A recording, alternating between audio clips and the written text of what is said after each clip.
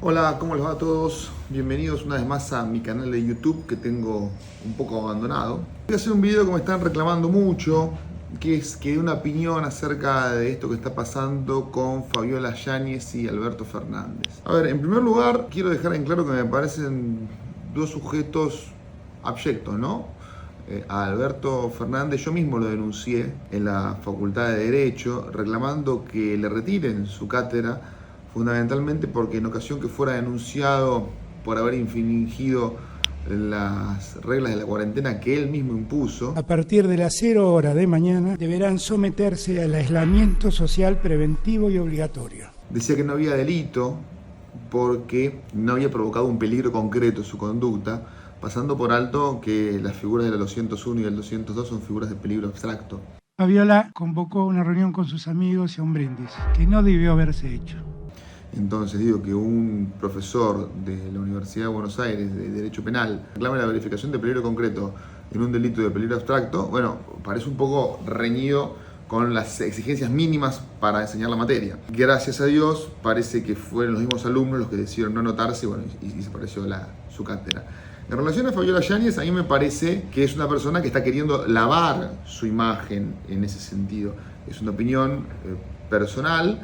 Y lo que me parece que con esto lo que está buscando es dos cosas: lavar la imagen y claramente una promoción para una docuserie que está haciendo, creo que por una plataforma, no sé bien cuál es, que hasta este momento nadie sabía que existía. Entonces digo, ya vamos a ver cómo juega esto al momento de probar los hechos de violencia de género, ¿no? Como siempre, el problema con la violencia de género es la prueba, no es otro problema. Por supuesto, y el wokismo nos ha llevado a tener que decir obviedades como que pegarle a una mujer está mal, es delito y es absolutamente repudiable. Incluso es absolutamente repudiable desde el más rancio machismo, donde existía una frase que era golpe de mujer no duele. A la mujer nunca se le pegó en ningún ámbito, es una cobardía absoluta pegarle a una mujer y no conlleva ninguna gallardía hacerlo.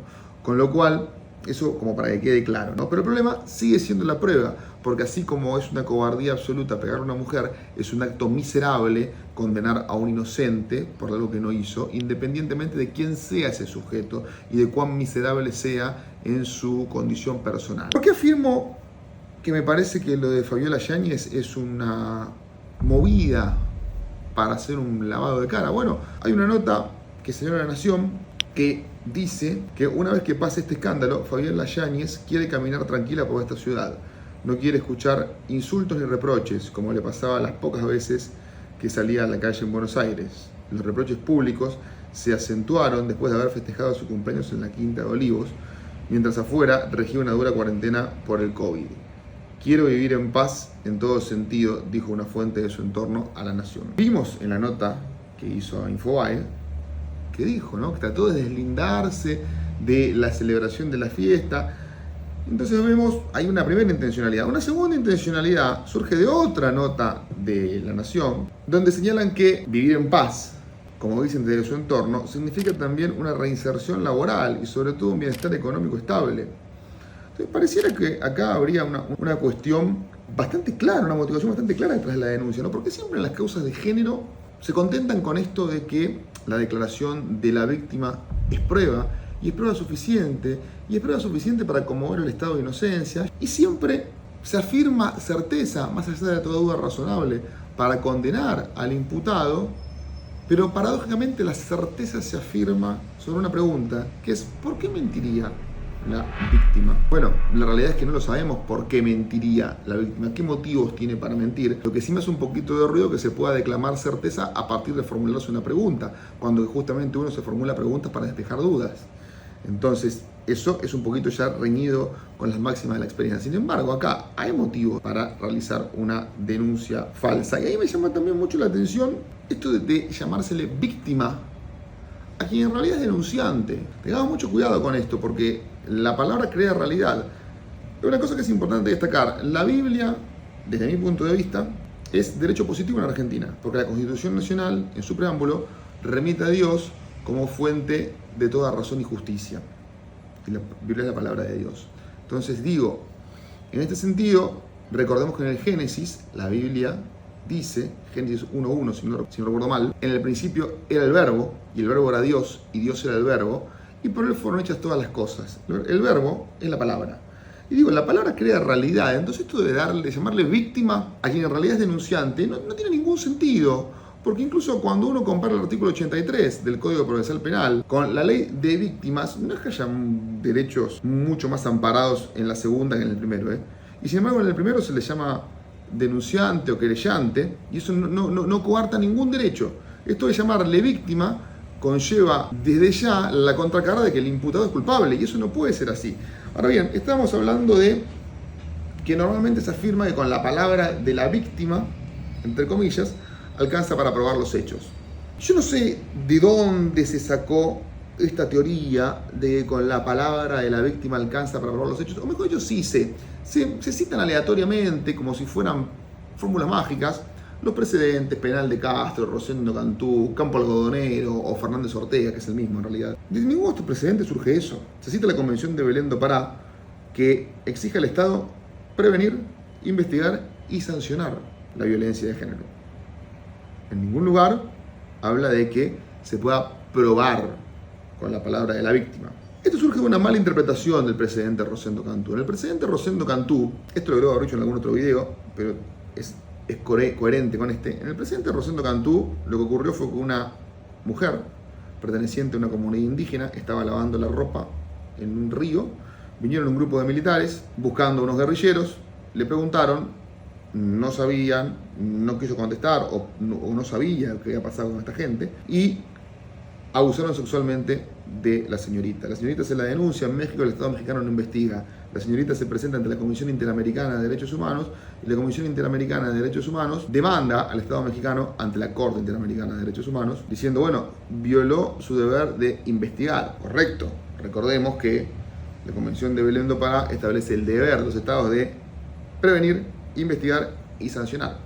Y además viola el derecho de Valentina Rosendo Cantú de ser oída, tutela judicial efectiva, reconocido en el artículo 8 de la Convención Americana de Derechos Humanos.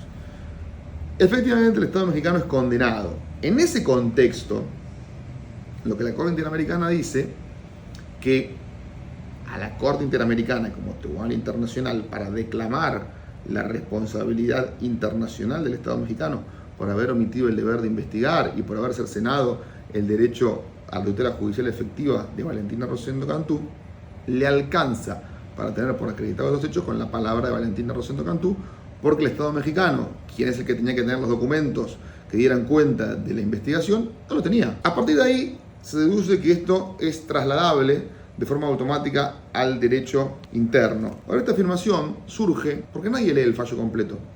Todos leen fragmentos del fallo.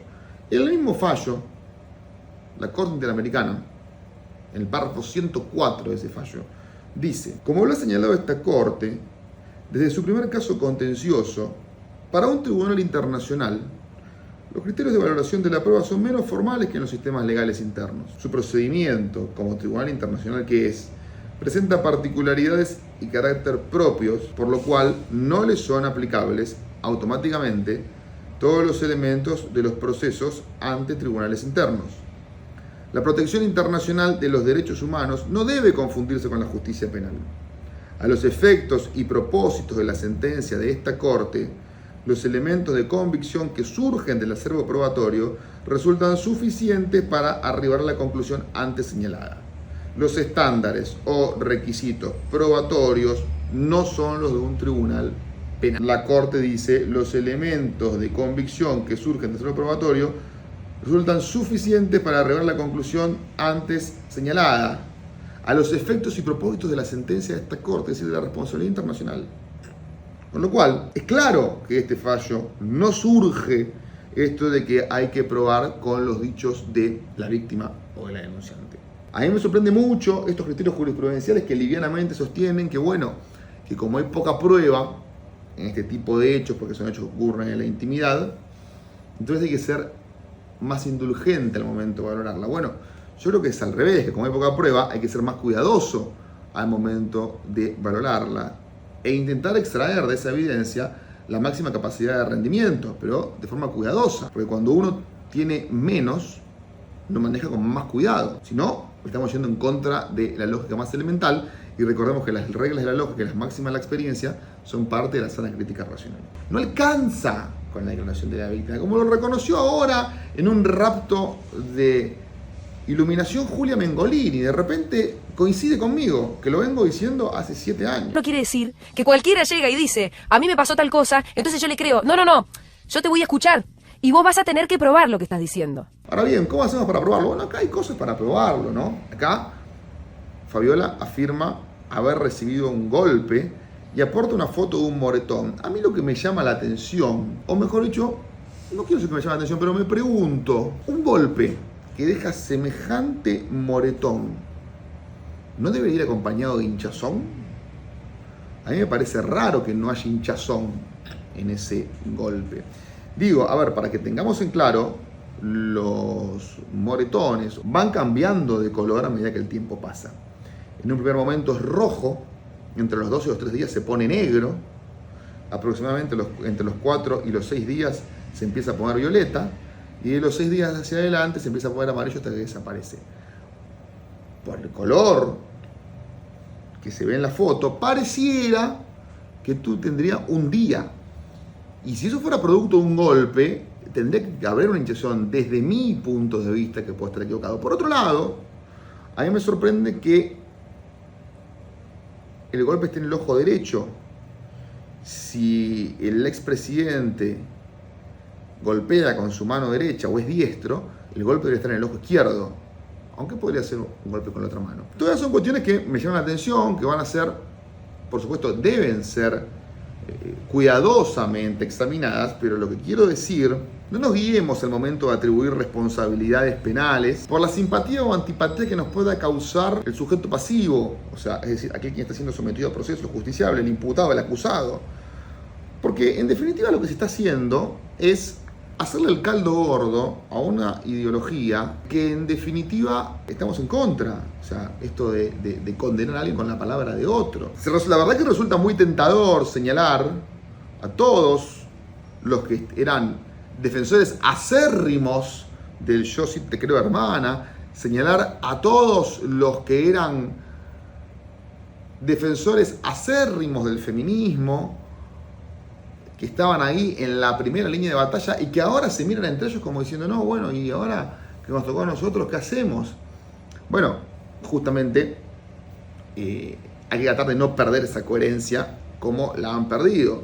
Reitero, me parecen los dos protagonistas del conflicto me parecen abyectos, ninguno de los dos me genera ningún tipo de empatía, por supuesto que sí en términos humanos, pero sacando ese término en ningún otro término, pero la valoración de la prueba y la realidad es la realidad. Por otro lado, también pareciera un atropello sustantivo al derecho de defensa del imputado, esto que no se le permita controlar la producción de la prueba. ¿Qué quiero decir con esto? Cuando la denunciante declara, como un testigo declara, el defensor tiene derecho a estar en esa declaración.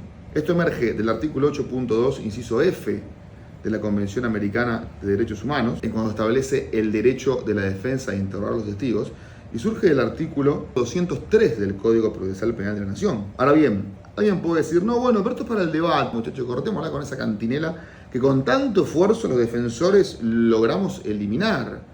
Eso quedó zanjado ya por un precedente de la Cámara Federal, la Cámara Nacional de Apelaciones en lo Criminal y Correccional Federal, cuando estaba integrada por Fara, Freire y Ballesteros, donde en el voto del doctor Ballesteros lo que dice es que el imputado tiene derecho a controlar la producción de la prueba durante todo el proceso, porque el proceso penal es uno solo y las garantías que de su sustanciación emanan no pueden verse más o menos vigorizadas conforme a la etapa que transite el proceso, y cita al precedente Castillo Petruzzi de la Corte Interamericana de Derechos Humanos. Entonces digo, hay atropellos importantes contra el derecho de defensa y se están concediendo licencias que paradójicamente ahora, licencias a quien denuncia, que paradójicamente ahora, quienes antes la defendían a capa y espada y nos acusaban de antiderechos y de machirulos a los que pretendíamos aportar un poco de mesura al proceso penal, ahora se quejan.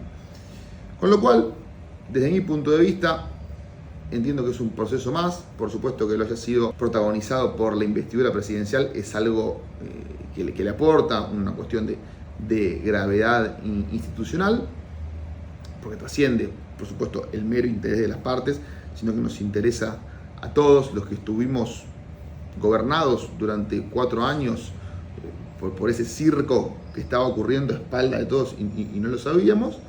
Pero lo que sí me parece es que antes de atribuir responsabilidades políticas, podemos atribuir responsabilidades penales. Esperemos que se expida la justicia y que se expida la justicia con forma de derecho y no para satisfacer ideologías o lobbies que nada tienen que ver con acceder a la legal justicia. Un abrazo y hasta el próximo video.